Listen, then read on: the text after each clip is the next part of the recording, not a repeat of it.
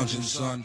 All right, welcome back to the Comic Lounge. My name's Ryan, and with me I got my co-host Dylan. And once again, we're here for some more comic talk. You know, the usual shenanigans we always get into here. And this week, the book that we decided to do, I picked it because I felt like reading it, was House of M.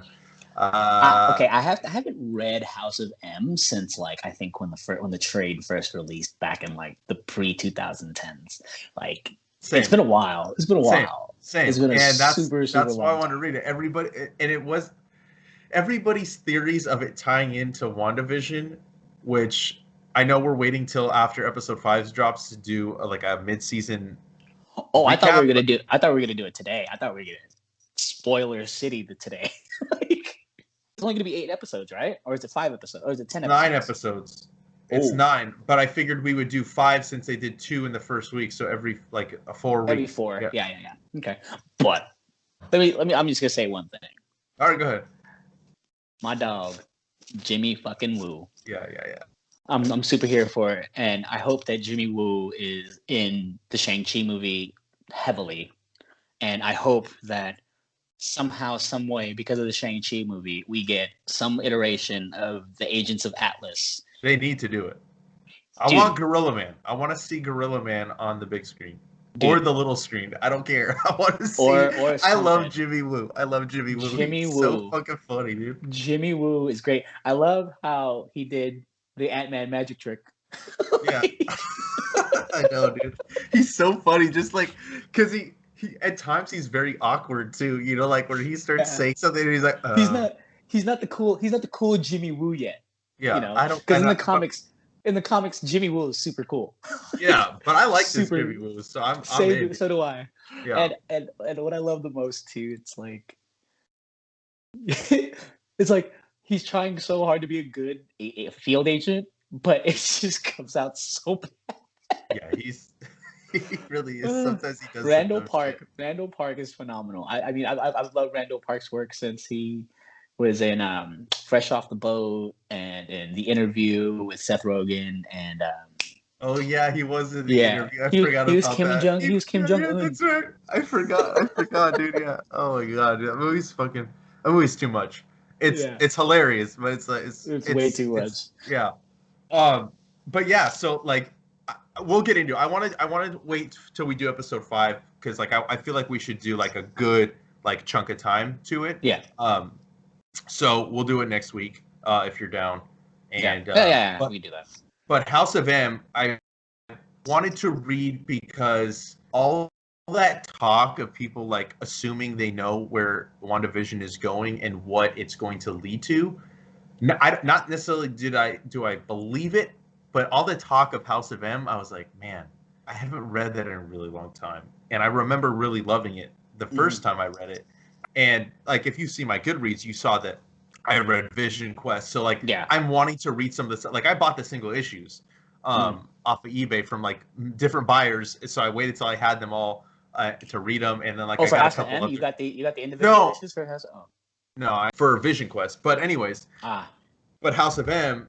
So I'm wanting to immerse myself in that story and with Wanda, and holy shit, this was just as good as it was the first time I read it, if not better. Yeah. I loved it. I mean, especially knowing what happens afterwards. Yes. Yeah. This is good Bendis. This is prime Bendis, in my opinion. Yeah. This doesn't miss a mark or miss a beat. It fucking hits every beat. It's the characterizations of every single character. The dialogue of the characters is just. It makes me mad that I didn't get a main 616 universe Spider-Man by Bendis. I know we got his Peter Parker in the Ultimate Verse, but I feel I really wish he would have wrote adult. Spider-Man was a standout here, even in the tie-ins. I remember reading this as the issues were coming out. What was it, 2008? I want to say 2008. 2006, bro. Okay, 2006. But anyway, I was reading this as it was coming out, right? Yeah. And I remember picking up a couple of the tie-ins. I picked up the Wolverine tie-in and I picked up the Spider-Man tie-in. But the Spider-Man tie-in, holy crap, dude! Like that was easily one of the greatest Peter moments ever, and especially what takes place during House of M, about how he remembers once he remembers everything and how fucking tragic it is. Just like, getting everything you finally get, but it's not real. Yeah, dude, that was rough. That was rough. A lot of those moments of like, and the should they or shouldn't they try to change it back was what made the story like really like that plot point, right? Or that moment of like the conflicting like, fuck, well, we're happy, so should we change it back? Like, or was this supposed to happen? Like, like who's to say whether this wasn't how it was meant to be? Like that in and of itself was kind of like, oh shit, like that's crazy to think like, well, we're just gonna forget the life that we know was what we were living, and now we should keep it this way. Yeah, but I mean, there's a lot of philosophical things like going on in this that make you question a lot of things. But like, the whole veiled truth, and a beautiful lie. The whole thing is just, it's not like it's crazy. It sucks, but damn. I mean, if I was put in that position, I don't know what I'd choose, but I feel like I'd sway towards going back to the real world. Like regardless of how crappy it is. But you kind of see. Like there's a point where Wanda's talking about like, oh, I tried to give everything that everybody wanted, and still the fighting continues. Yeah. They're still fighting. You know what I mean? Yeah. Let's talk about the beginning. Let's talk about the beginning, because we already like both of us just jumped to the end. It's hard not to, because I literally just finished. Well, I read a shit ton yesterday, but it's been like overtaking everything else I read yesterday. Like I can't stop thinking about the book. But let's read real quick the credits. Like we said, Brian Michael Bendis is the writer. Olivier Coipel on art. Tim Townsend was the inker with Rick Mager, Scott Hanna, and John Dell. Colors Frank D'Armata. Letter Chris Eliopoulos. So basically, the premise of the story, which if you haven't read it, which I'm sure there are still a large amount of people that probably haven't read this yet. I mean, this is literally 15 years ago. Yeah, so this is post Avengers Disassembled, and this was after Bendis had taken over New Avengers and introduced his new team with like Spider-Man, Wolverine, a part of it. Basically, in Avengers, right? Sentry as well was in there. Avengers Disassembled. There's a Sentry moment in this book that I loved. I'll tell you about it when we get there. Okay. I think I'd probably know. The Avengers Disassembled basically was how Bendis started his run. He ended the initial Avengers volume, which was issues 500 to 504. And in that, it's just like it says, Disassembled. Wanda goes crazy and fucking kills Avengers. She kills Hawkeye. She kills Vision. She kills, what was it? Jack of Knights. And I think probably a couple other characters, right? And that led to the Avengers breaking up. And then Bendis relaunches New Avengers, and Cap and Tony, Iron Man, realize like, well, there still needs to be an Avengers. And through a circumstance of events, Spider-Man, Wolverine, Luke, like they all end up coming together somehow and get thrust into this like team dynamic and decide to become a team. Now this takes place. I don't know exactly how many issues of New Avengers had come out before we got to this point, but Wanda has been secluded, right? She's been missing, and we learned that Professor X is basically like keeping her sedated. Sedated, and Magneto, who I really hate that they changed this. Magneto at the time was her dad in the comics, and Pietro, aka Quicksilver, like the twins, like he was the father of them.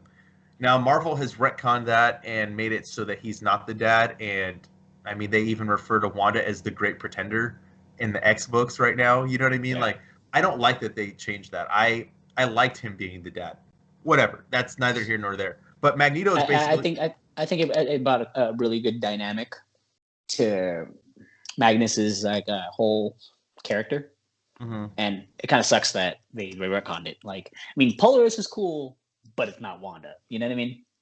Yeah, and like, why can't they all be? You know what I mean? Like, yeah. Like, why does Pietro have white hair then? Like, how do you explain that away? Like, it doesn't, Yeah. whatever. But besides the point. So Magneto, like, and this also takes place in a time where the X-Men, Genosha, which is where all the mutants were living, had been destroyed, had been taken out. And that takes, you learn more about that in the Grant Morrison's X-Men books. So there's a lot of stuff that, like, maybe if you weren't reading Marvel at the time, you don't have the context for, but you can look up these stories and it's a very, like, then it'll lead you right into this, what's going on here. But Yeah. So what's crazy is, like, they're deciding what to do with Wanda, and that in and of itself was like, fuck, dude. Like, you have the Avengers and the X-Men coming together. You have some that are like, we have to help her, and then you have people like Wolverine, which I'm sure if anybody that knows Wolverine, like, what his idea is, well, let's just kill her. We gotta take We've her done out. it before, Right? Because I mean, this is the man who stabbed Jean Grey. You know what I mean? Right. Like, he knows the extent of what needs to be done. Yeah. Otherwise, something even worse would happen. So yeah, because like, that's another great. That's Bendis writing Wolverine is also fantastic. Like, she is gonna do worse. Yeah, and I mean, what she's happened? probably the most, I would say, one of the most powerful characters in the Marvel universe. I mean, she can change reality. Yeah. Look what she does. She changes the whole world. Yeah, and it's crazy too. It's crazy too because it's like, you know, whatever, you know, because you have all these Omega level mutants. Yeah. Whatever Wanda is above that, because she literally changed the hearts and minds and realities of the entire globe. The entire globe.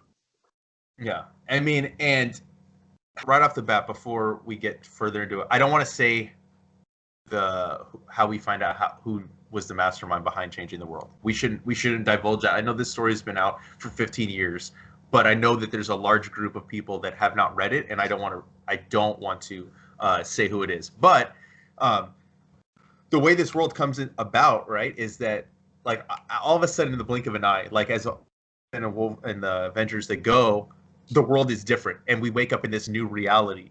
And we do learn that it's because of, like, Professor X. Like, Wanda basically uses Professor X to get into the hearts and minds, like you said, to find out what everybody wants. So she's basically changing the world, but pacifying them as well, giving them what they, or at least what they think they want, and their heart's desires, so that there's no conflict. Don't try to question this new reality. And I think that's kind of genius, right? Like, it's not just like, oh, let me give everybody what they want. Like, no, there's a reason that you're giving everybody what they want. It's so that they don't try to change anything. Right.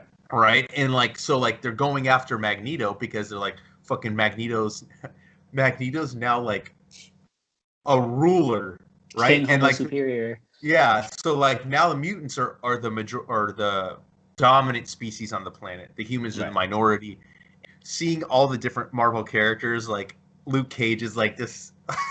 He's basically like a gang lord, I guess, right? Yeah. Or, I mean, that's pretty much what he is. I mean, they don't really, like, dive too much into, like, what he's doing.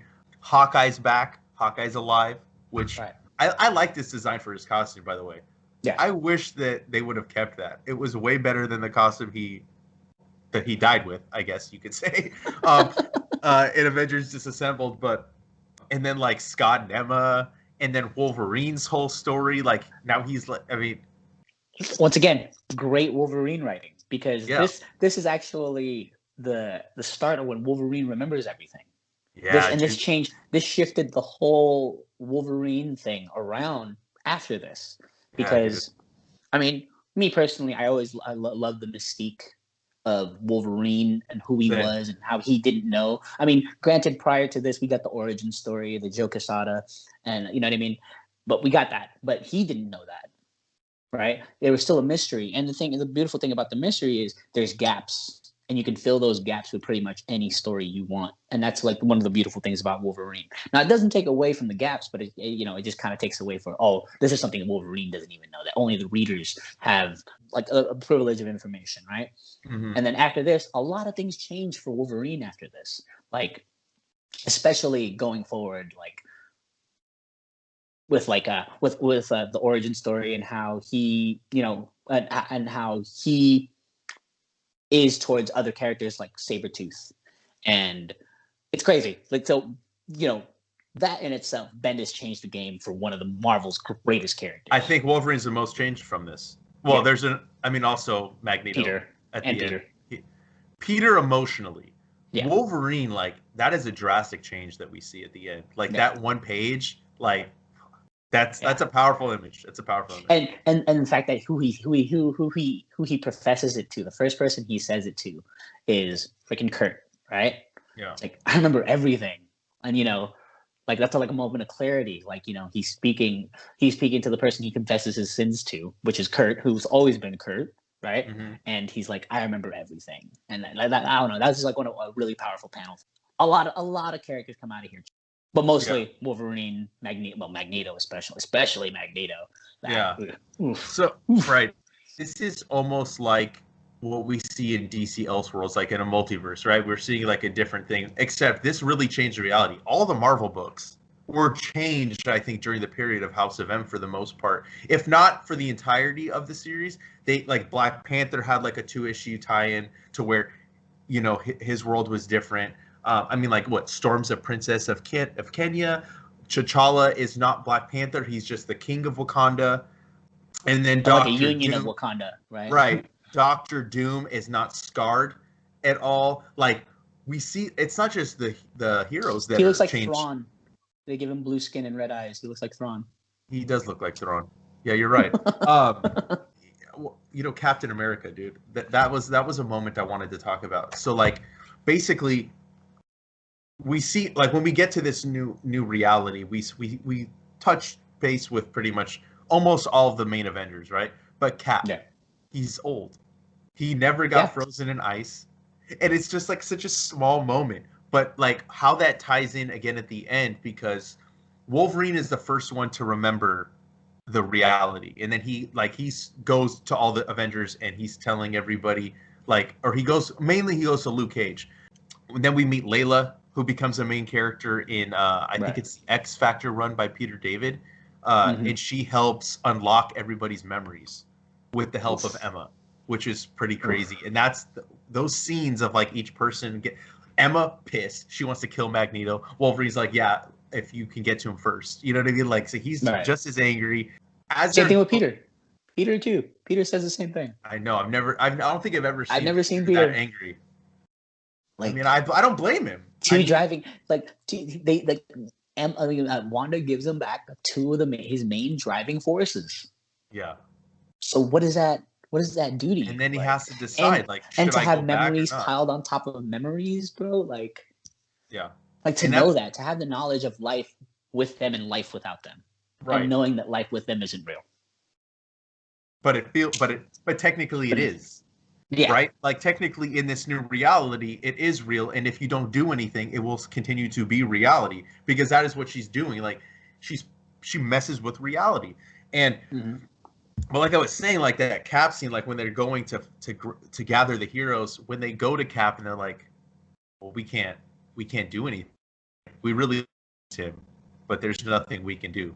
Like we can't have him remember. So they had to just like leave him to the side because he's old. Like, what are you gonna do? You're gonna bring it. He's gonna have a heart attack. Captain America. Yeah, he probably would have died. But yeah, I really enjoyed seeing the way that the world changes and the characters change. We see like Felicia Hardy's like this, like, I don't know what you could call her. Like she's some sort of like agent, I guess, like Black Cat, or like a hired gun. I don't know. It's hard to describe. And like a lot of them aren't even heroes. They're just regular people, right? Spider-Man is I don't know how they consider him non-mutant. I can't remember. No, he hid it. He hid it from the world. Okay. Everyone thought that he was born a mutant, but he never told anybody that he doesn't have the X gene. Okay. And then that was part of the guilt that was weighing on him too. So he shaves his head. Oh yeah, that's right. Yeah. Because he doesn't have a shaved head at the beginning, and then all of a sudden he had a shaved head. Yeah. At the end. No. He kind of has like a little emotional breakdown because like he's hiding it. Like, you know what I mean? He doesn't want to tell the world that he's not really a mutant when all his fame is kind of like he's like, and everyone knows his identity too. Everyone knows he's Peter Parker. So like he's like this big famous scientist and all that, but he's also Spider-Man. But everyone thinks he's a mutant. So right. It's like, yeah, that's okay. I'm remembering now. Captain Marvel's the only human hero that is accepted, right? I believe. And she's still wearing the Miss Marvel outfit in this, which is Oh, man, I just This is amazing, dude. Like first of all, Layla, like her powers too. Like I think it's cool the way they showcase that when Emma is like, and Olivier Coipel, his art is just, he's one of my favorite artists. We don't get enough interiors from him anymore. He does a lot of cover work. But like his from this to now, his skill is increased like tenfold. It's so crazy. I agree. Like this is good. Oh. But, like the stuff he does now. What's really interesting is when when Layla's giving all the memories back and they try to give Hawkeye, he like denies it. He's pissed, right? He doesn't want to accept what's happened. But as we get towards the end, we realize that he does remember. But even though they didn't unlock his memory, which I thought was kind of interesting, that like he was able to remember on his own without his memory being unlocked. You really see like his whole angry anti-mutant stance is pretty crazy. Yeah. Like you see how extreme it gets. It's kind of like in the Avengers, how he loses his family and he goes crazy. He goes on a fucking murder spree. Yeah. Highest kill count in the Avengers, bro. I mean, and this is the storyline that brought him back. And in New Avengers, that's where he becomes Ronin. Like he takes on that identity because at the end, like, well, it's not really spoiling anything. Like Hawkeye comes back, but at the end, like when they get that alert that somebody's at Avengers Mansion that's been destroyed from the Avengers Assembled, you just see like the Hawkeye costume with the arrows in the wall, and then he's got like the article of like his death, like the mystery behind his death on the wall too. I thought that was pretty fucking cool. But you really like in this, as much as this is about Scarlet Witch and her mental breakdown and how that led. I don't think we've emphasized enough how crazy she is. She's like literal crazy pants, like crazy. Yeah, like, I mean, crazy. Look, and it talks about like how she created her kids, right? And that's the comics that I was ordering, or that I'm trying to find. I'm trying to get the storyline where she creates the kids with Vision, right? That's when she really starts. I think probably you could trace back her crazy to then is when she creates her kids and like. Her powers are fucking with her head. It's not just that she's crazy; it's that these powers are turning her crazy, and the insanity that you see in her.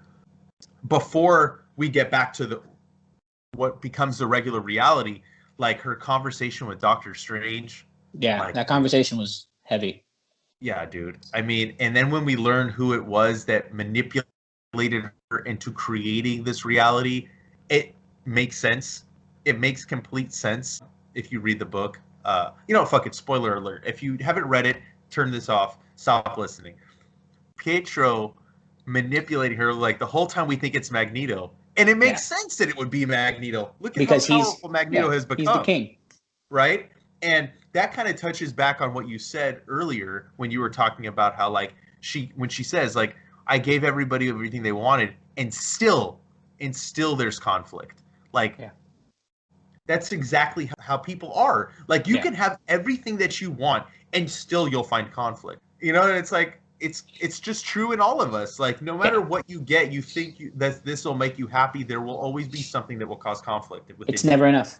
And this is basically what this story is. It's never enough. You can have everything that you've always wanted, everything that you lost back to you, and it's not enough because it's not real. Because it's all hypotheticals. Yeah. You're like I feel like Bendis really caught that. Like you're basing your happiness on hypotheticals that can or won't happen. Yeah. Like I mean, just a simple fact that Wolverine even addresses it. Like, what about you, Wolverine? When Spider-Man remembers everything. What about you, Wolverine? What'd you get? Like, oh, apparently I wanted to be Nick Fury. Yeah, and he just laughs. Yeah. I mean, it's kind of funny though. You know what I mean? Like. Seeing Wolverine, and this is the thing, like you talk about Wolverine getting his memories back and how like you kind of like the mystery. I did too, but like once that origin series came out, you had to let him have his memories back. There was no way you could tell all comic book fans his true origin and then just continue to it be a mystery, because then you're just like, well, then what's the point of reading this story if like nothing really comes from it, right? Yeah. I wish that series kind of never came out. I liked the mystery of Wolverine because like you said, the story possibilities were endless. You know what I mean? Like now you have to adhere more to a certain timeline. in certain But events. it explains certain things. You know what I mean? It Yeah, explains yeah. Happy Birthday. It explains the red hair affinity. It explains his oneness with the wilderness. Like, you know what I mean? Right, right. Like, Yeah, yeah, yeah. I mean, it was a good series. I'm just saying that I liked more of the mysteriousness no, of it. yeah, no, I 100% agree. This whole thing is sad. This Yeah. whole everything about this is just completely and utterly sad. Like, right down to every character, even regardless of which character has like a good life or not. Mm-hmm. Everything is sad because all this trauma that you're bringing back up all in 8 issues, all this trauma from multiple characters that you're bringing up and just saying, like, you know, as a reader seeing what could have been, and you just can't help but feel for every single one of these Oh, characters. fuck yeah, dude. It is. It's an emotional roller coaster for the characters and then in turn the readers as you're Yeah, reading it, you know. And especially if you're fans of any one of these characters. Sucks, dude. I know it's fucked up, and then like you see the end, and this is a lot of the reason why I think people are speculating on this book is because like of what's happening on WandaVision and the reality powers that she's got there and what she's doing on the show, and like, oh, what if this is the way to bring back mutants? Because in this one she says no more mutants.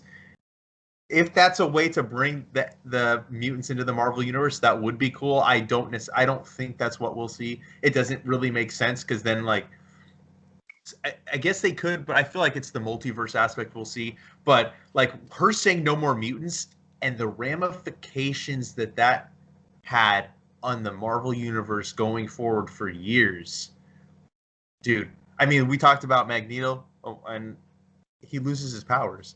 So Yeah. like that scene with Wolverine, like now you have to live your life as the rest of your life as a fucking sapien, and just like, oh my god, dude, like Yeah, no, that's that's crazy because he is apex predator when it comes to Homo superior, yeah.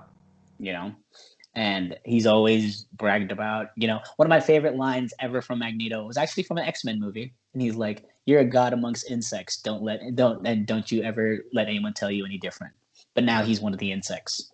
I know, dude. It's crazy. And then like we don't see it in here, but Wanda's actions don't just affect like the vast majority, the millions, hundreds of thousands of mutants and Magneto, but like we learned later, Pietro loses his fucking powers as well. Yeah. Like so she fucked over like him. And I know that I'm pretty sure like everybody that was within that bubble that was fighting Wanda, Emma threw up a shield, and that's why a lot of them didn't lose their powers. But like Yeah. seeing the kids at the Xavier Academy, and like they're like, "What's happening? How come we don't have our powers?" And like they don't know how to explain it to them because only the people that Emma shielded remember this world. And seeing and Peter having to come back and like wake up next to Mary Jane, and like remembering, and you know that like he probably feels guilt for like having that life, right? But then being with Mary Jane and having to keep it from her, and like him smashing on the fucking table, and you just see the fucking table break. Cap and Iron Man don't know what happened, right? Because they didn't get their memories unlocked. And, Like, and here's a Sentry moment. Sentry's like, "Wait, what yeah, happened? What yeah, can't anybody remember?" And yeah, it's yeah, funny yeah. because Sentry wasn't remembered for like 30 years. Yeah. No, I knew that was the moment you were talking about. Yeah, I mean, this book is just this is this is a shining example of Bendis' writing prowess.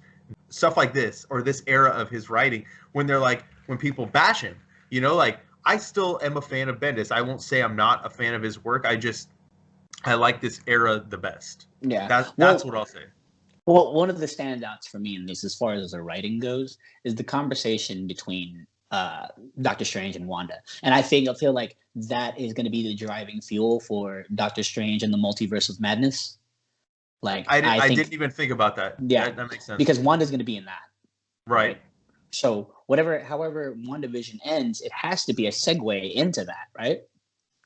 Her own little reality. That's what's happening in WandaVision. It's her own Right. little reality. It's like a self-contained bubble that is. It feels like it's sentient, but it's all Wanda. But it's crazy. Oh my god, that show is so good, The show's dude. so good. The show's so good. It's so The show feels like a comic book. Yes, Lauren got home yesterday, and I was like, dude, I know you fucking didn't like the first episode. You walked out.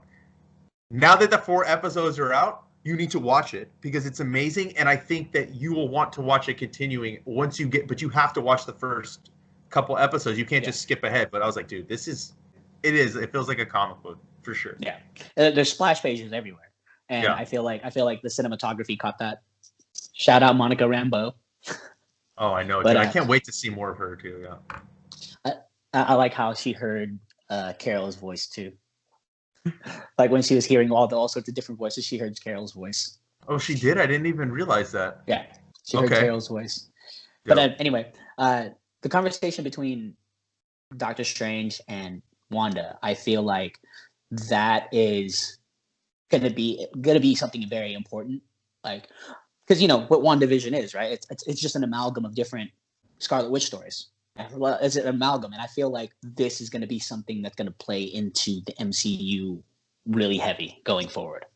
I mean, I think they should do a House of M storyline, but I don't think that you can make this create the mutants.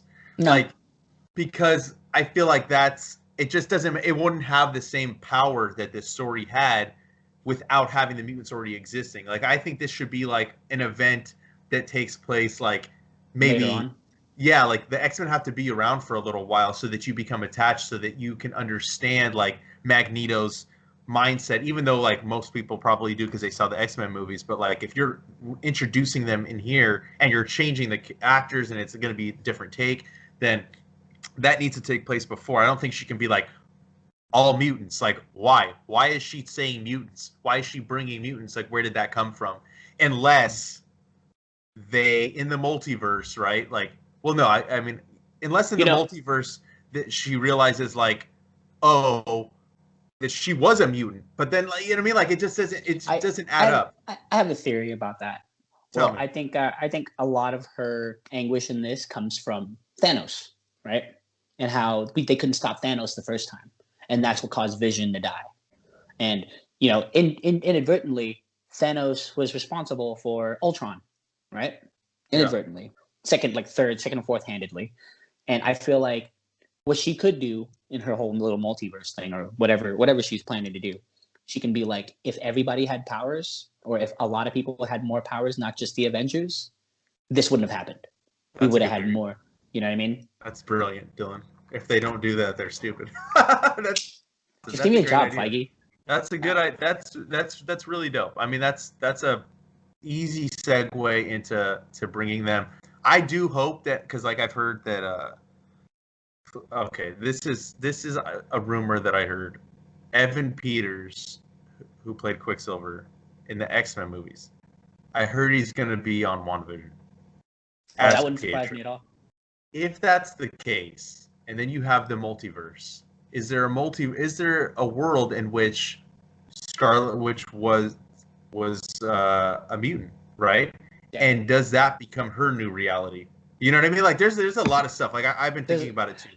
The multiverse aspect of it is like so convoluted that we can literally make a connection with anything. A lot of red string in my room, bro. Yeah, same here, dude. Well, let's. I just want to rein it back in. House of M. I can see why people could think that this might have some influence on the show. Like you said, like it makes sense. Doctor Strange scene. I didn't pick up on that when I was reading it. I highly recommend this book, though.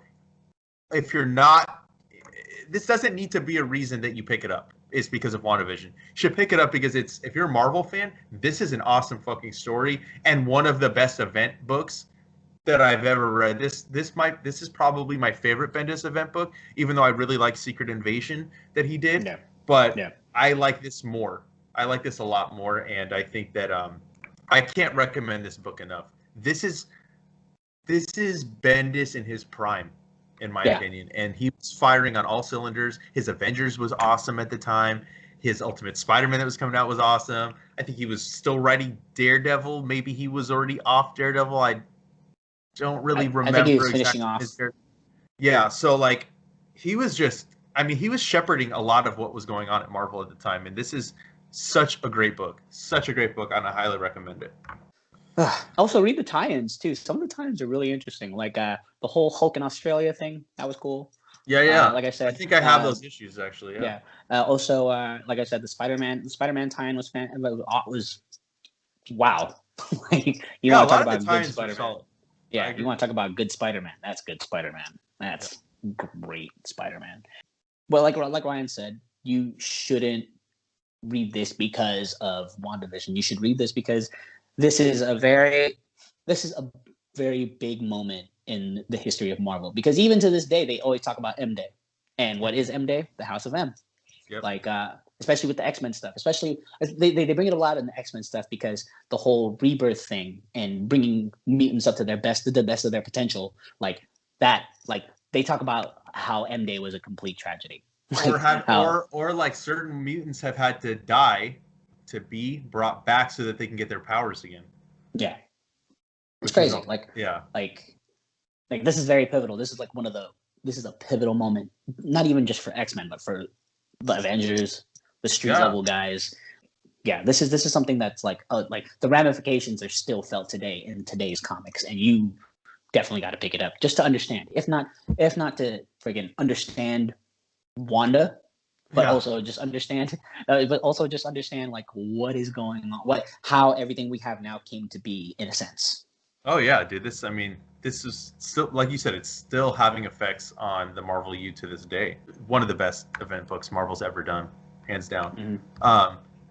And then before we get out of here, I know that we talked already about Future State on our Future State episode, but you read Daredevil last week. You want to talk about that? This is easily one of my favorite King in Black tie-ins. Yeah. Elektra is awesome. Agreed. Yeah, it's my favorite Marvel book. I think Daredevil is my favorite Marvel book for sure. Yeah, Daredevil and Hulk. That's like my go-tos right now. Oh, and Iron Man. I'm really I can't. I know. I've been trying to sell everybody on Iron Man for like the past 3 weeks. It's great. It's a great book. It's good. It's so good. Yeah. It's really good. And then Kafu's art is fantastic. There are a lot of Marvel books out right now that's like not good. I won't get into them over which ones are not, but like I will say this, like there are a lot of them that are not good that I'm not interested in, but Daredevil, Hulk, and Iron Man are easily it. And She-Hulk. I can't wait for Immortal She-Hulk #2. That's gonna be good. What do you mean? Immortal She-Hulk #2. Are they doing it? Was that just a one shot? That was a one shot. Oh, that's trash. That was a really good book. Yeah, it was. I'm sure they'll do another She-Hulk book, especially when the closer to the Disney Plus show that's coming out. Yeah. I think Daredevil. Agreed. I think those 3 Marvel books that you just said are the 3 Marvel books I still have on my pull. I don't have a ton of Marvel books on my pull, but those have been mainstays. And then before we get out of here, we could also talk about what we're excited for next week. I know we already talked about the Future State books. Kanto 2, #5, The Hollow Men, #5 is coming out. Can't wait for that. That's gonna be great. Yeah, that's the conclusion to the story arc, right? They just got picked up for 3 more story arcs. Nice, dude. Yeah, I mean, I was banking all the issues because I'm going to just read them all at once. I didn't want to read it month to month, but I was saving Kanto to read all at once. We got new Firepower though. Yep, Firepower 8 with it. New Immortal Hulk, new Venom, new Star Wars High Republic, which is really dope. I know it's a very highly speculated book, but the book is actually really good. The book is really good. The book is really, really good. I'm pretty surprised at how good it is. Yeah, I mean, I wasn't expecting to like it that much, even though like the Marvel stuff has been pretty good. Yeah, I'm very excited. Very, very excited. Future State and Wonder Woman #2. Ayo. Yeah. Thanks for that. And of course, Swamp Thing. Yeah, Swampy. Also, friggin', I'm actually looking forward to how friggin' Black Knight ties into the King in Black. Just me. I heard that because I think they're doing a Black Knight miniseries. Cy Spurrier is doing it. So. Yeah. So I mean, I'm looking forward to it, and yeah, that's pretty much it. Like, I think the only indie on my list is the only 2 indies on my list is Firepower and Kanto. I mean, yeah, and I think I literally listed all the books. It's just the Future State books, the Marvel books that I mentioned, and then obviously Firepower. But yeah, that's all I got. Same. Also, Deadly Class is awesome. Thank you. That's true. like the second hardcover, the second edition, like second volume of the thick hardcovers. Like I'm reading it digitally, right? Yeah. But man, those first two issues, the first two chapters within that, absolutely insane. Holy crap! I can't wait till you're caught up. Oh yeah, I'm catching up because I know the it's starting back up again, and I'm trying to catch up. Yeah. Oh yeah, dude. You're gonna absolutely be blown away as it goes forward. I can't wait. Well, shit. That's all I got. All right. Cool. Same here. Cool. All right. Well, if you're not already following us, follow us on Facebook, Twitter, and Instagram at The Comic Lounge. You can follow Dylan at The Dillbot on Instagram. Make sure you throw your comments or suggestions down below, or you can also email us at thecomicloungepod@gmail.com, and make sure you like, follow, and subscribe to the YouTube channel, and hit the bell icon so you're notified every time a new vid goes up. And on that note, we're out. Later, buds.